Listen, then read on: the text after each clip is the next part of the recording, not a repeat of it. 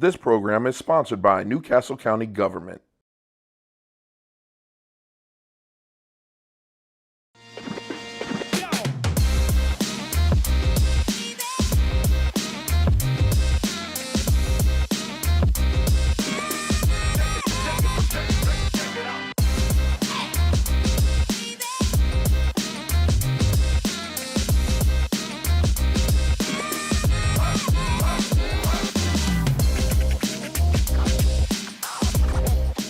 Welcome to another episode of Reuben's Indian Kitchen. I got a very special episode for you today. I got my man all the way from Pittsburgh, Pennsylvania. My man Ivan Silva from Mi Empanada. Ivan tried his empanadas. What are we going to be making today? You're making some empanadas? We're going to make Mi Empanadas, and actually we're going to be making empanadas from Argentina with a little bit of a twist because we are in Reuben's kitchen. In Reuben's Indian Kitchen. So what's the first thing we got to get going for? We're going to get some onions sauteed, and we're going to try to get them at a blonde caramelization, which is not too much and not too little, just right. Just put a little ghee in that pan for you.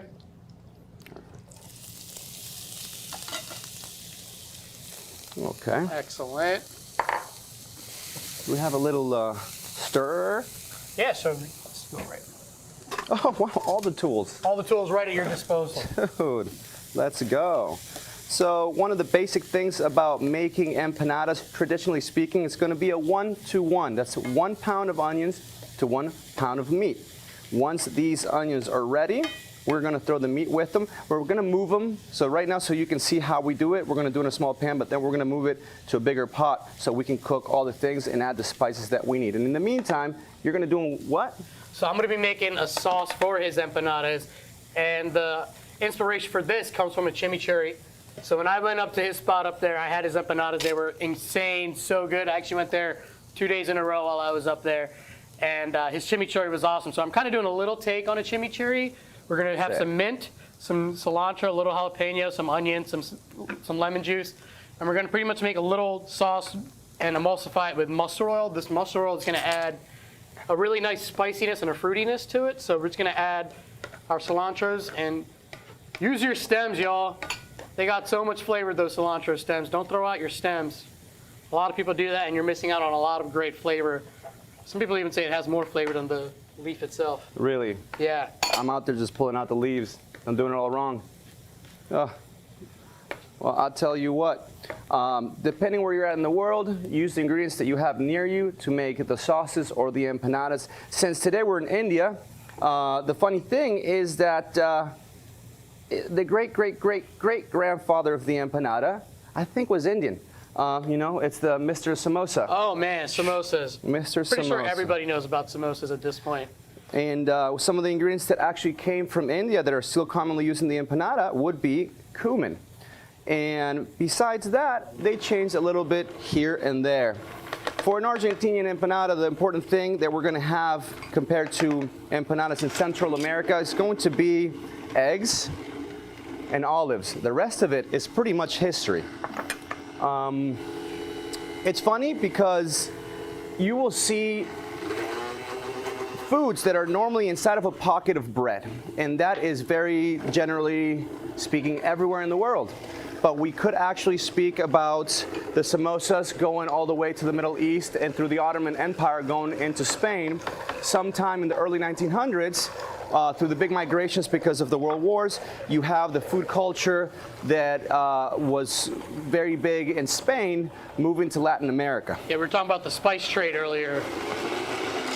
All right, so I just added some yogurt to this. Oh boy, that looks delicious already. Yeah. So we're just gonna add just a touch of salt.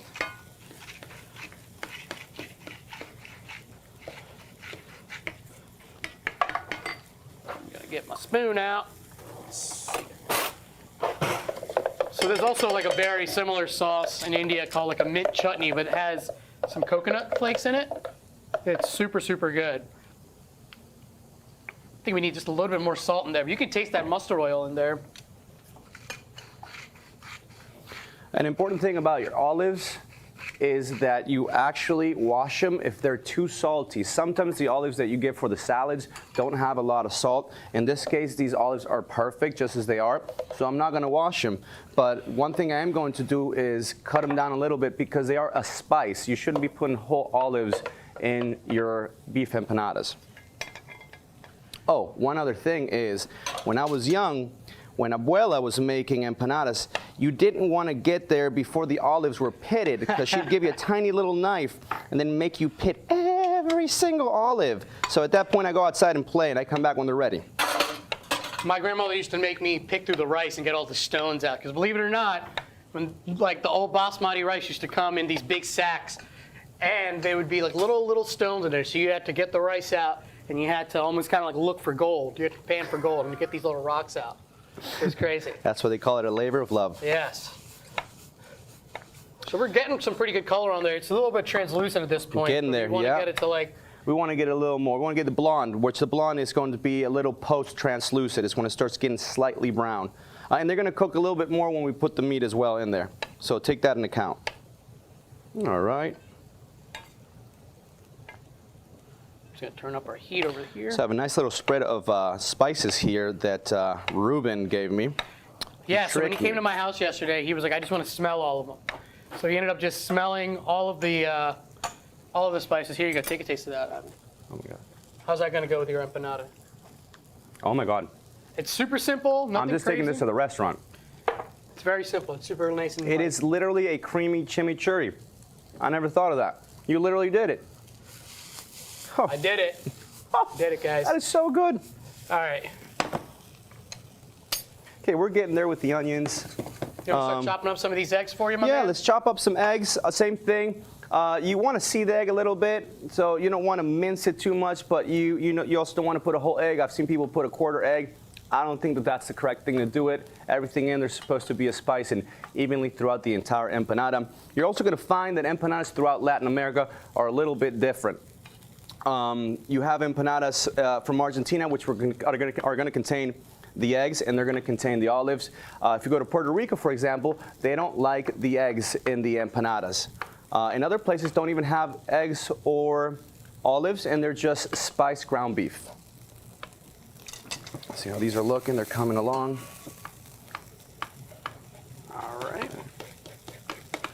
It's going to be very interesting. I'm going to smell all those spices, and I'm going to go ratatouille and start imagining how this could taste. And honestly, I did a little bit of that last night when he showed me the spices, and I was so geeked to smell these spices because some of them are actually very similar to what you would actually find in an Argentinian empanada. So we're not too far away from home.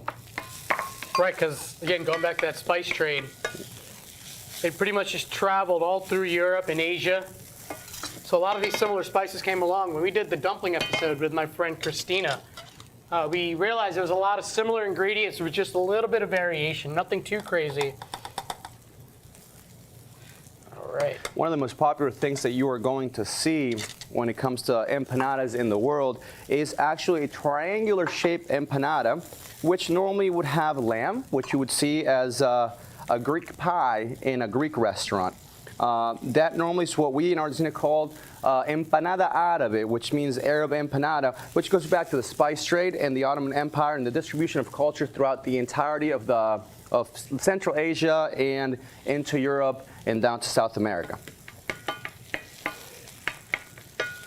Oh, these are looking good. These are looking real good. You're gonna add the beef to it yet? Getting real close, getting real close. Just a few more seconds. I think we're there. I just want to drink the sauce, to be honest. That is.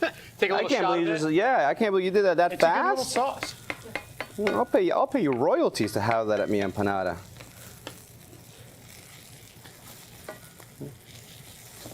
Just a little bit longer. Just a little bit longer. Yeah, so I went and visited Pittsburgh a few weeks ago for a wedding.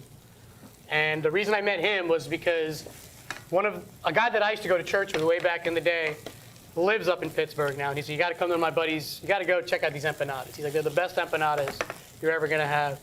And so my buddy and I went there, and we were just hanging out. And it was like almost like immediate. There was like a connection. You'd think we'd be friends forever, but Yeah, we it was just wild. met. Yeah, we were even saying how much he looks like the logo. If you guys want to get that shot, that's a. What do you think? I You think I can cover when when he can't make it to the studio? When I'm sick, he's just gonna cover for me. Okay, like that. So you want me to go ahead and throw these ones in? Throw those in. So we have something already prepared so that you can see it. Because once you make this, you got to let it cool down and really congeal, let's put it that way. Otherwise, it gets really runny when you are trying to fold it. And you don't want hot stuff on your dough because it's going to melt your dough as you are putting your empanadas together. Okay, these onions are starting to look real nice. So as a matter of fact, we're going to just add it right where you're cooking the onions. And I'm going to get me some little glovos. Right here. Yep, Look at that. You have everything here, right dude. at your disposal. Oh my God. Do I deserve this? I don't know. Do you? I don't know. We'll see after the empanadas come out. Then you guys can judge if it was all worth it. Awesome. Okay. Okay. Always keep hygiene. And we're going to use half of the meat. So we're going for a 1-to-1. 1-to-1. Yeah, right? 1-to-1. 1 pound. And I'm going to guesstimate that is about a pound. If that was 2, I left 1 behind. Okay, perfect. One thing that we're going to do is we want to cook the meat just enough. We do not want to overcook it. And do we have a... Yep, right here. Ah, look at that. Everything's all right here for you. My house should look like this. You know, I'm going to hire whoever did this to do my kitchen at home. So you say you just want to cook it all the way through. You don't want to get any color on it or anything? You just want to get... Well, you don't want to braise it. Okay. You know, you're just trying to get the pink away from it. Because one thing you're going to notice that you lose a lot of the flavor if you keep cooking it for too long. And that is the base. So once you have the base, this is where you can have all of the fun. Yes.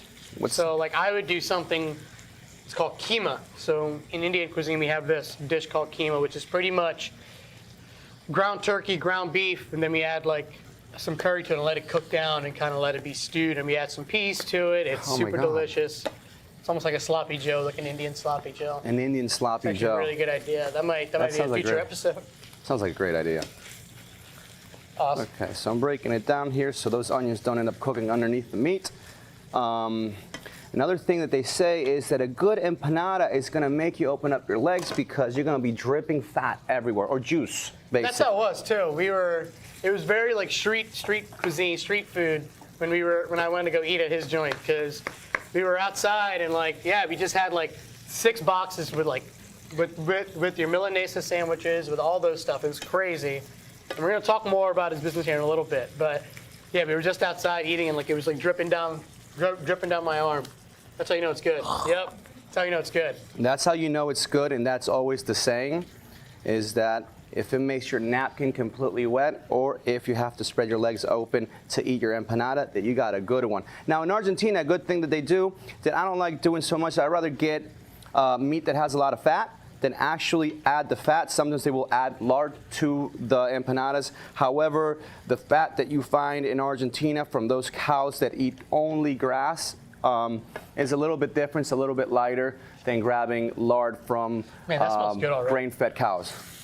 So at what point are you going to add the seasonings? So when we do dry seasonings, it's very important that we put them towards the end. Okay. I've learned that from cooking these batches over and over again, that when you have powdered dried seasoning, that you want to put it almost once you pull things out of the heat. Otherwise, they sort of burnt in the heat of your cooking. Unless you're using fresh ingredients. Right. Like so if you're using fresh garlic. When we're using whole spices, that's when I would toast them. Exactly. Bloom those spices, as you guys have seen on here many, many times. I like to bloom those spices. You'll get to smell all the aromatics in the air. Again, though, it will burn. Yeah, you do not want to lose that. Now, I am really, really excited about these spices that you gave me. So I have here, one of them is the garam masala, which is this one right here. Yeah, so it's pretty much a combination of cinnamon, cumin, coriander. Super delicious. It's like an Indian 5 spice is what I would kind of pretty much call it at this point. Then I have a coriander cumin, which is this one right here. And then I have a regular curry. What's in the regular curry? So just the curry powder is pretty much like turmeric and just a little bit of the ground curry leaf. It's super delicious, super floral. Adds a really nice fruitiness to your to the empanada peel. And the other thing that I actually put here just for good measure, good Italian measure, is garlic and obviously salt. So basically our ingredients are here. So we're going to decide which one is going to work best now that I tasted the sauce. I'm trying to think what's going to complement the spices that we're going to use on the innards of the empanadas. I'm so excited about this. You have no idea. I always love a good challenge. All right, let's see here. It smells let's so go. good, though. I'm going to ratatouille this a little bit. Oh, that has to be my favorite. The garam masala, yeah, garam masala that's is huge. That's used a lot. That one's really good, but it's just a typical curry. We're going to go with the garam masala. I think this and a little garlic plus salt's going to do it. So we're going to put our spices. It's almost done, so I'm not too concerned about burning the spice here. We're losing the pink here, and that's pretty much telling you that you are ready. Honestly, you can make an empanada at home really fast. The one thing that is hard is making the dough. We're going to talk a little bit more about that towards the end. All right. That's looking good to me. So you're going to keep all that fat in there as well? Always. All right. Always. You cook whole. When you make Argentinian food, you use everything, you cook with everything, and you eat everything, or abuela is not going to be happy. I'm going to put the salt in there as well. That should be enough right there. Let me see. Just a little bit of garlic. I really want the curries to be the centerpiece of this empanada. I am really excited. Who knows? Maybe in the future I will do a curry empanada. Maybe I'll come up there and we'll do a little Reuben's Indian Empanada pop-up thing. Let's go. I really like this. Yes, let's go. All right. Well, you know what? It smells incredible, though. I mean, it smells so baby. Crazy. Look at that. Look at that. Look at all that fat dripping right there. Really Well, make sure you eat the cooked meat. There you go. Tell me what you think. Tell me what you think. So this is pretty much done, to be honest, you know? Yeah, man. And I can tell, like, the olives are going to add that little brininess to it. So it's not over salty right now. Think because about it's going that. to add, because you're going to get a lot of that saltiness from the olive. And the egg is going to add a little bit more creaminess to it, kind of emulsify just a little bit more as well. Thank you, because I didn't think to say that. That's the big thing. That's what I was saying. Wash the olives if they're too salty. But in the reality, you're always putting a little less salt than you expect on the meat, because those olives will actually bring a lot of the saltiness to it. Okay, so here we're pretty much done. We're done. It's cooked. So once it's cooked, it's cooked. You don't want to overcook it. You don't want to burn your spices. And remember, they're going back in the oven. They're going to be cooking again. Okay, so now we're done with this. And now we're done. Let's put this on a bowl so we can mix the spices. Sure. I'll grab you a bowl right now. We'll remove this from the stove for a little bit. And another thing is, now normally you would let this cool down a little bit. Right now we're just going to put it all together and let it cool down together. If you do that and you let it cool down separately, you're going to get a more colorful and vibrant empanada. When you bite to it, you're going to see the olive, you're going to see the egg, because everything has cooled down and they're kind of apart when they're mixed. But in this case, we're just going to mix them all together because we are very hungry. Yes. Ooh. You got the right meat, because the amount of fat falling on this is perfect. And Yeah, I've so never we use cooked 80-20 meat. 80-20, And yes, that's 80-20 very is really important good. too, because that means it's 80%. 80% meat, 20% fat. And plus the ghee, honestly, I'm smelling something different, and it's the ghee. And I'm thinking, it might be the best way to do an empanada is to cook the onions in ghee. All right, perfect. Yeah, And now, it adds like that nuttiness to it. I love my using God. ghee, yeah. All right, so you're gonna add the egg. add the eggs. We're gonna add about, that should be enough. We don't want to put too many eggs. Remember, it's just the spice. It's not an egg empanada. It's a beef empanada. It's Mi Empanada. In this case, it's Reuben's empanada, but. Okay. Man. Yeah. A little bit more. I love olives. If you don't like olives, don't hang out with me. And these are also like preservative free.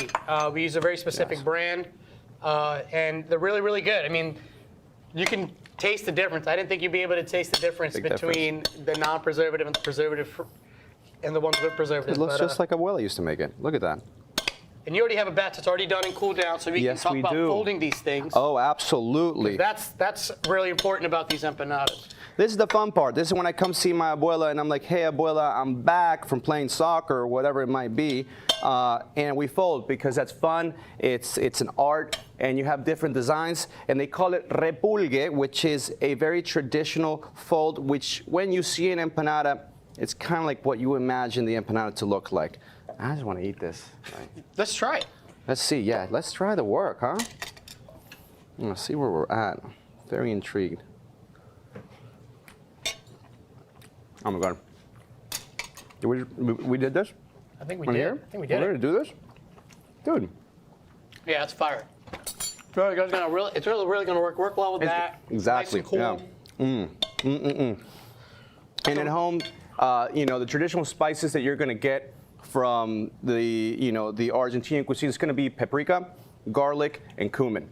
But we already spoke that the cumin really goes back to the spice trade. It goes back to India, and you almost find it in every single empanada throughout the world. Now let's talk a little dough right now. Yeah, let's talk about dough. We're gonna put this off to the side now, and you already have some that's already cool. You have some filling that's already chilled, and when it chills, I'm assuming that fat is gonna harden up. Exactly. And it's gonna be able to. So when you cook the empanada, it's gonna kind of come out a little bit, and that's when you're gonna get that drippage that you really want. So when I had Christina on here talking about the dumpling dough, we talked about the same thing. We said, you can make your own dumpling dough if you want. You totally can. But sometimes it's easier and it's less messy to just buy them.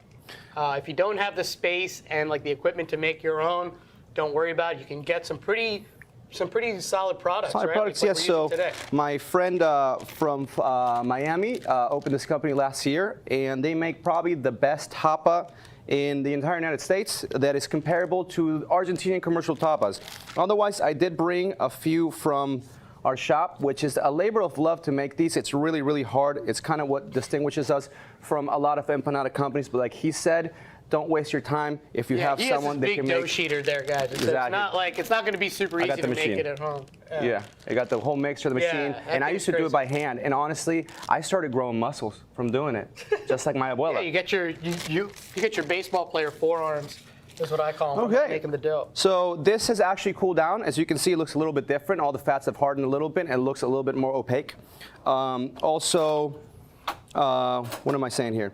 So yeah, when you're trying to put it into the dough, a spoon will do, or sometimes an ice cream scoop, if you have a tiny one, that just measures it out the same way every time. So about how much? Like 3 ounces, you think? 2 ounces. 2 ounces of filling? 2 ounces is a normal size empanada. If it's smaller than that, they call it empanadilla, which is a tiny mini empanada. Okay. But if you're going to be making empanadillas, you're going to be sitting there making a bunch of tiny ones. Just make a big one and get full with that one.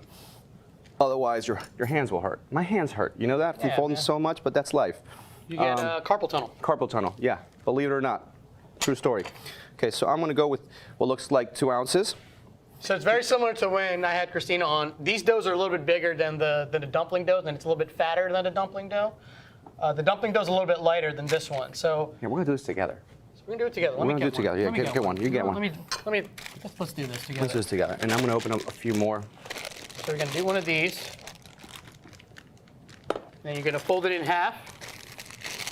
Make sure you close it. And sometimes if it gets a little bit dry, you rim it with water and you close it. It's going to help the repulgue or the fold to happen a little bit better. So there's many ways to do it. I have a technique of kind of pinching it like I'm grabbing a key and then pinch, flip over and close. But we're going to do what most people are used to if they're doing it for the first time. And it's we're going to fold over and over and over. So we're going to go over and squeeze, over and squeeze.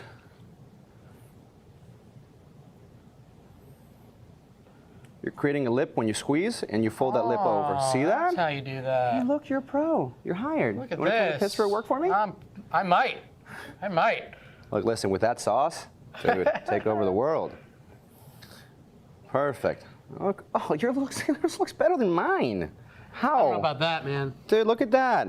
Okay, so let's show the people. This is his. This is mine. That's not fair. The first time.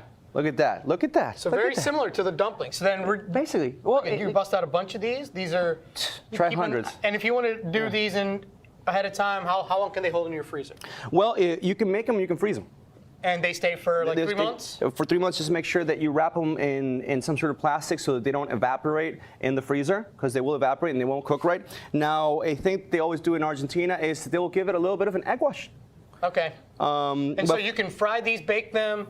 Yes, you can fry them and you can bake them. However, the dough that you use for frying is going to be a little bit than the dough that you use for baking, even though you can bake the frying dough, but you can't fry the baking dough. That's because the baking dough is hojaldre, or a puff pastry, and it's very delicate. It's also extremely hard to make, and yet again, if you can find a company like Tasty Dough to do it, they make an amazing hojaldre, and they make an amazing Creole style, which is the same kind that you can fry as well. Awesome.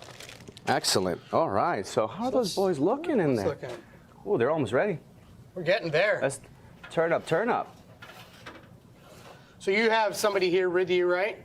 Yes, we do. We have my partner and business partner, Rachel. She is the creative genius of the company. Come on and up also here, Rachel. the golden taster. She will tell me if something tastes good or doesn't. And that's why things are great. Yeah, it was very clear from the start of this, from before the recording, that she's the one who's in charge. Always. I might She's the one seem like it. I'm who's, loud. That's it. She's the one who's telling him how to do things right and doing them professionally. Like, it was great. And it was, yeah, you guys have been killing it. So, like, you guys opened up when? So we actually opened up March 2020. So, right Yeah, at the beginning. On the day. Like, Yeah. That's On the great. day, pretty much. Yeah. And because of your style of service, you guys were able to pretty much. Yeah, we focus on Going. takeout, you know, definitely had to pivot like that, but it's been a great year so far. I mean, you know, we're here. Well, since we have the you. boss up here, we should probably have her taste some of these things. Oh, yeah. What do you Yes. think about Let's this? try. Here's the sauce. Taste the sauce. Ooh, This thank is the you. sauce. Don't want to get on your white shirt there. Oh, we're good. Oh, that's fantastic. Isn't it? Love it. It's a creamy chimichurri. I couldn't believe Yes. it, honestly. And this is our We're gonna have to get that our recipe. curry empanada.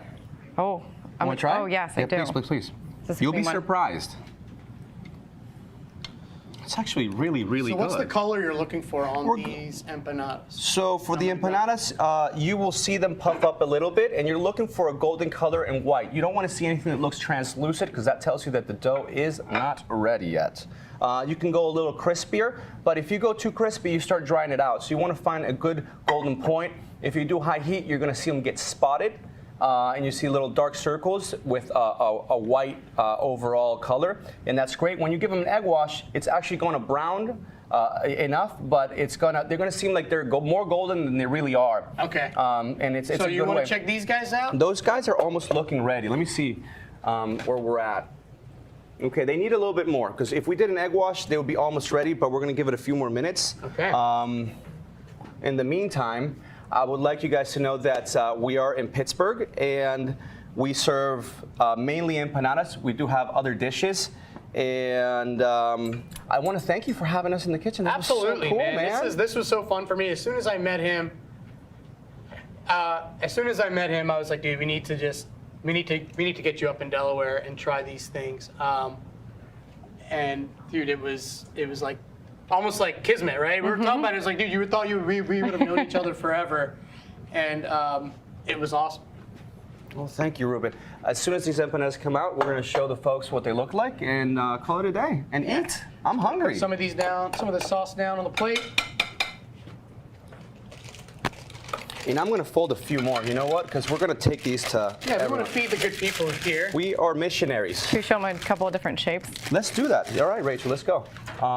Here, let me clear out this How are area. we looking there? A little bit more golden See, brown. so now that's starting to look like it. So let's give it 2 more minutes. Let's Two fold more a few minutes. empanadas by hand real quickly. Rachel's going to show us a few different shapes, and we're ready to eat. Okay. So we showed the traditional beef that we do. So at Mi Empanada, we like to do different shapes. It's easier for us to identify them. And Yeah, we get so a little. Each one had a different shape, which was pretty cool. So I knew which one was what. The lamb one was crazy. The lamb one is a triangle, and it actually has a hole in the center. So you fold the triangle, but you don't flip it over. And that's very important because that is a traditional Arab empanada or a lamb empanada. They would solidly come from the Middle East, actually. So typically they do the half moon, but he was saying, yeah, with the lamb, it's like the triangle. So I'm going to show what we do with our chicken empanada. We make it look like a chicken. I love that. We always Yes. try to make them look like what they are.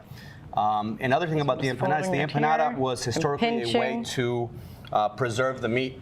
So empanadas will last a long time, even though it's not Fan it up recommended a that you bit. leave them out. It is that's- important that you know. That's how Chicken. they would fold the chicken Little empanada. frill like the chicken. Little frill. Frill. This is our lamb empanada will look like that. This is how they would fold their lamb. So that's another fold you guys can do where you just kind of just fold it in and then kept folding it over itself. Yeah, and if you do a spinach one, it's the same thing. You just like cook it, turn it. spanakopita. It's Yes, basically a absolutely. spanakopita. You just flip it over. That's the only thing. And then we start to get creative. Sometimes we have to combine a couple. Combine folds also so that people know that it's not one typical empanada. But like I was saying, We just have so many different types that we run out. Absolutely. But like I was saying, one important thing to know is that the empanada came out of necessity of preserving meats in places where there were no refrigerations. All right. So I think this one looks like a good one. Oh, those are ready. That looks yeah, great. Yeah. See, if you gave that an egg wash, it'd look a little more golden. But if you were trying to The get sheen with it. Yeah, if you're trying to get it more golden by itself, you'd be overcooking it. All right. So I'm just gonna break into this real quick. Absolutely. It is fresh out the oven, so you guys want to Oh be my super God, careful. hot. We got a little bit of the sauce on it, so the sauce is gonna hopefully help cool it down just a little bit.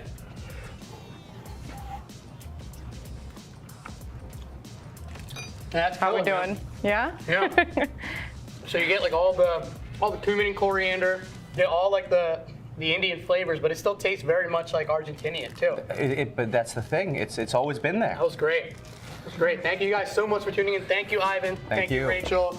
Thank you guys for Thank you. tuning in, and I'll see you guys next time. Bye-bye.